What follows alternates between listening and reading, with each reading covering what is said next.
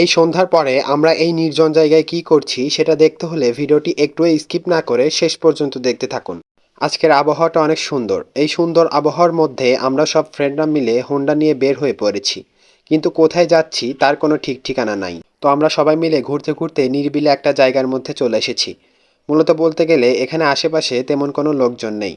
আমরা আসলে এরকম নিরিবিলি জায়গায় খুঁজছিলাম, যাতে আমরা সবাই মিলে একটু আড্ডা দিতে পারি। তবে এখানে এসে আমাদের মধ্যে একটু ভয় কাজ করছিল, কারণ এখানে একটা প্রচণ্ড বড় বটগাছ ছিল। এই বটগাছটা ছাড়া আশেপাশে তেমন আর কোনো বড় গাছ নেই। তবে পাশেই একটা নৌকা ছিল, কিন্তু নৌকাটা কার আমরা কেউই জানি না। তাই আমরা ভাবলাম যে আমরা সবাই মিলে একটু নৌকাতে করে ঘুরবো। এই এত সুন্দর আবহাওয়ার মধ্যে নৌকায় করে ঘোরার মতো মজা এই মুহূর্তে আর কিছু হতেই পারে না। আমরা এখন যে জায়গাতে রয়েছি সেই জায়গাটা হচ্ছে মূলত বিল এলাকা। বর্ষার সময় এই জায়গাতে পুরা পানিতে ভরে থাকে, কিন্তু এখন বর্ষার সময় না হওয়ায় এই জায়গাতে তেমন কোনো পানি নেই।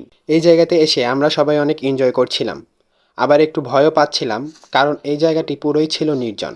মানে আশেপাশে তেমন কোনো লোকজনই ছিল না। আর এদিকে আমরা এই বিলের মধ্যে কার নৌকা নিয়ে ঘুরছি সেটারও ঠিক নাই। নৌকাওয়ালা যদি একবার দেখে যে আমরা তার নৌকা নিয়ে ঘুরছি, তাহলে তো আমাদের খবর আছে।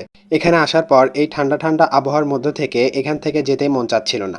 আমরা এখানে প্রায় 1-1.5 ঘন্টা যাবৎ নৌকাতে বসে আছি। নৌকাতে বসে থাকতে থাকতে কখন যে সন্ধ্যা হয়ে গিয়েছে আমরা বুঝতেই পারি নাই। আর এই সন্ধ্যার সময় আমরা সবাই মিলে গান গাওয়া শুরু করে দিলাম, যদিও আমরা এখানে তেমন কেউই গান পারি না। সেই তো মজা লোটে, যার সঙ্গে যার ভালোবাসা সেই তো মজা লোটে।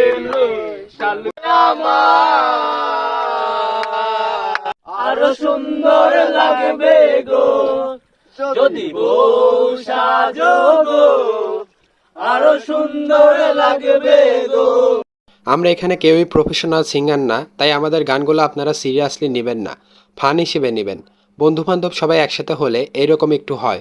আজকের ভিডিওটি যদি আপনাদের কাছে ভালো লেগে থাকে তাহলে অবশ্যই একটি লাইক দিয়ে দিবেন। আজকের ভিডিওটি এই পর্যন্তই। দেখা হবে আবারও নতুন কোনো ভিডিওতে। সে পর্যন্ত সবাই ভালো থাকবেন, সুস্থ থাকবেন এবং আমার জন্য দোয়া করবেন।